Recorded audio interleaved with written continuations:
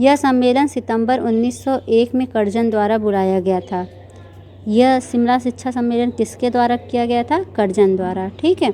यह एक अत्यंत गोपनीय सम्मेलन था, इसीलिए कुछ इतिहासकार इसे गुप्त शिक्षा सम्मेलन भी कहते हैं। इस सम्मेलन में याद रखिएगा 152 प्रस्ताव पास किए गए थे और किसी भी भारतीय को इसमें आमंत्रित नहीं किया गया था। ठीक, यही वाला जो अगर पूछा जाए गोपनीय सम्मेलन किसे कहते हैं, गुप्त सम्मेलन या गुप्त शिक्षा सम्मेलन किसे कहते हैं, तो शिमला शिक्षा सम्मेलन को किया जाता है, क्योंकि ये बहुत ही सीक्रेट तरीके से रखा गया था और इसमें इंडियंस को इन्वॉल्व ही नहीं किया गया था। तो जाहिर सी बात है कि इसका ज़रूर विद्रोह हुआ होगा। ठीक है। इसके बाद आया विश्वविद्यालय आयोग 1902, ठीक 1 साल बाद। ठीक, 1901 में कर्जन आया था, शिमला शिक्षा सम्मेलन लेके 1902 में विश्वविद्यालय आयोग आया। शिमला के गोपनीय शिक्षा सम्मेलन से मिली आलोचना के बाद भारतीय विश्वविद्यालयों में सुधार करने की दृष्टि से कर्जन ने 27 जनवरी 1902 में थॉमस रैले की अध्यक्षता में विश्वविद्यालय आयोग का गठन किया। पहले तो यही याद रखना है कि थॉमस रैले की अध्यक्षता में विश्वविद्यालय आयोग का गठन हुआ। किसकी अध्यक्षता में? थॉमस रैले की। और किसने किया अगर विश्वविद्यालय आयोग का गठन? तो कर्जन ने किया था 27 जनवरी 1902 में। इसमें कुछ सुझाव दिए गए, जिसमें पहला है विश्वविद्यालय के सीनेट और सिंडिकेट में सुधार किया गया। सीनेट और सिंडिकेट का क्या मतलब है? सीनेट मतलब सीनेट के प्रतिनिधि होते थे विश्वविद्यालय में, और सिंडिकेट का शब्द का अर्थ है जो एग्ज़ामिनेशन बॉडी होती है, मतलब जो परीक्षा वगैरह कराते थे, नियंत्रण रखते थे, फीस वगैरह का देख रेख करते थे, उन लोगों में सुधार किया गया। ऐसे कोई भी मतलब सिंडिकेट नहीं बन जाए या अपनी मनमानी फ़ीस नहीं वसूल कर सकते थे। ठीक, और इस सेकंड पॉइंट है सीनेट ने सदस्यों की संख्या कम की जाए। ऐसा नहीं है अपने मन से कितने भी सदस्य भर लिए जाएं, और इनका कार्यकाल सिर्फ 3 साल का किया गया। सिंडिकेट के सदस्यों की संख्या 9 से 15 की जाए, ऐसा मतलब उसमें मांग किया गया था, सुझाव दिया गया था। अभी ये मतलब ये नहीं कि लागू नहीं हुआ था, ये बस सुझाव दिया गया था इसमें विश्वविद्यालय आयोग में। सीनेट में अध्यापक और संबंधित कॉलेजों में विद्वानों को भी शामिल किया जाए, मतलब ऐसा नहीं है किसी को भी आप शामिल कर ले, तो उसमें अगर शिक्षा संबंधित है तो टीचर्स को ही शामिल किया जाए, ऐसी मतलब सुझाव दिया गया था उसमें। फिर क्या है, कॉलेजों को मान्यता देने की प्रक्रिया कड़ी बनाई जाए, तथा जो महाविद्यालय मानक के अनुस्तर नहीं हैं उन्हें बंद कर दिया जाए। महाविद्यालयों के शिक्षक की नियुक्ति निष्पक्ष रूप से विश्वविद्यालय में हो। कॉलेजों को मान्यता देने के में पहले क्या होता था कि आप आज का ये समझ लीजिए, जैसे इलाहाबाद यूनिवर्सिटी है, इलाहाबाद यूनिवर्सिटी में अब हम जो है यहाँ पे सिक्किम मणिपाल की यूनिवर्सिटी का भी हम दे रहे हैं डिग्री, और इसके अलावा हम दे रहे हैं ये जो और बुंदेलखंड, रुहेलखंड, सभी तरह की यूनिवर्सिटी का, जिसका उस ज़माने में क्या होता था, मनमानी तरीके से जिसका मन आए उतना उसका जो है हम डिग्री देने लगे थे, मान्यता हो या ना हो, ऐसी हम मतलब हम अपने मन से मान्यता देने लगे थे विश्वविद्यालय में।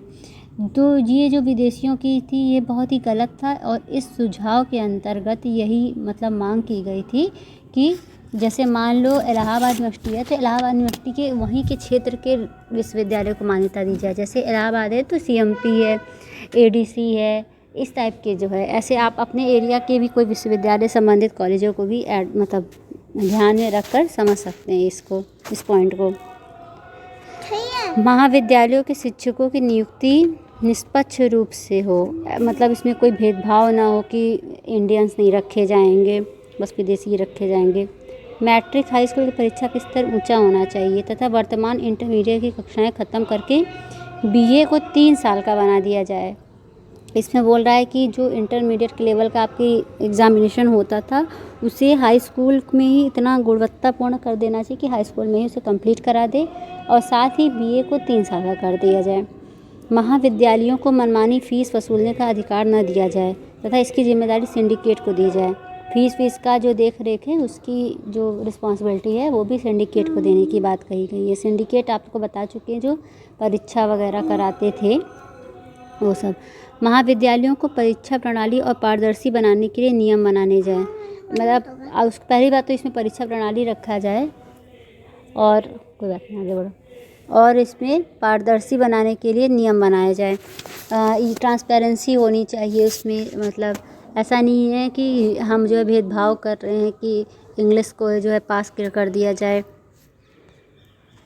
इसके बाद आता है विश्वविद्यालय अधिनियम 1904। 1901 में कर्जन आए, 1902 में आपका और कर्जन आए थे जब तो शिक्षा सम्मेलन लाए थे, शिमला शिक्षा सम्मेलन। फिर 1902 में क्या हुआ, विश्वविद्यालय आयोग का गठन हुआ। इसके बाद आयोग अलग है, अधिनियम अलग है, ठीक। अधिनियम और आयोग में कंफ्यूज मत होइएगा। विश्वविद्यालय अधिनियम 1904 ये रैले आयोग की ज़्यादातर सिफारिशों को मानते हुए, जिसमें मतलब जिसमें जो है रैले की अध्यक्षता में लॉर्ड कर्जन ने आयोग का गठन किया था, वो आते हैं विश्वविद्यालय आयोग में। लेकिन उस जिसको माना गया था, इसके बाद जिसको मंजूरी दिया गया था या कह सकते कानूनी रूप दिया गया था, वो आते हैं विश्वविद्यालय अधिनियम के अंतर्गत। ये 21 मार्च 1904 को विश्वविद्यालय अधिनियम पारित कर दिया गया, जिसके प्रमुख प्रावधान क्या क्या थे। प्रावधान थे, पहला उनकी कौन सी मांगे पूरी की गई, कौन सी नहीं। जैसे हम उसमें था ना, विश्वविद्यालय के सीनेट की संख्या जो है कम हो, तो इनकी जो है यहाँ पे अब मेंशन कर दिया गया कि मिनिमम जो है 50 होनी चाहिए और मैक्सिमम 100 होना चाहिए। और उसमें जैसे मांग किया गया था आपका विश्वविद्यालय आयोग में सीनेट का कार्यकाल 3 साल, और यहाँ अधिनियम वाले में बोला गया है 5 साल करने को। विश्वविद्यालय में शिक्षण एवं शोध कार्य भी शुरू किया जाए, गुणवत्ता वगैरह बढ़ाने के लिए बात की गई थी, तो इस संदर्भ में टीचिंग जो है अच्छी हो। हाँ, उसके बाद इनमें लाइब्रेरी की फैसिलिटी हो, और उसके बाद छात्रावास अर्थात हॉस्टल वगैरह की फैसिलिटी हो, रिसर्च वगैरह की स्टार्ट किया जाए, ये सब। उसके फोर्थ है, सीनेट के सदस्यों में बम्बई, कलकत्ता और मद्रास के विश्वविद्यालय में चुने हुए सदस्यों की संख्या कम से कम 20 तथा बाकी विश्वविद्यालय में कम से कम 15 हो। ये संख्या याद रखिए, सीनेट के सदस्यों बम्बई, कलकत्ता और मद्रास के विश्वविद्यालय में चुने हुए सदस्यों की संख्या जो है 20 होना चाहिए, और बाकी जो कॉलेज मेन यूनिवर्सिटी में जो है 20 होना चाहिए, और अदर कॉलेजेस में 15 होने चाहिए। महाविद्यालयों की संबद्धता के नियम कठोर बना दिए जाएं, और उनकी निगरानी का कार्य सिंडिकेट को दिया जाए। ऐसा नहीं है कि मतलब कोई भी एडमिशन प्राप्त कर सकता है या कोई भी पढ़ा सकता है, हर चीज़ का एक नियम कानून होगा, और इन सब की जो देख रेख है वो भी सिंडिकेट को सौंपा जाए। महाविद्यालयों के लिए यह सुनिश्चित कर दिया जाए कि वे उसी विश्वविद्यालय से मान्यता लें जो उनके निर्धारित क्षेत्र में आता हो, इसलिए प्रत्येक विश्वविद्यालय का भौगोलिक क्षेत्र भी निश्चित कर दिया गया।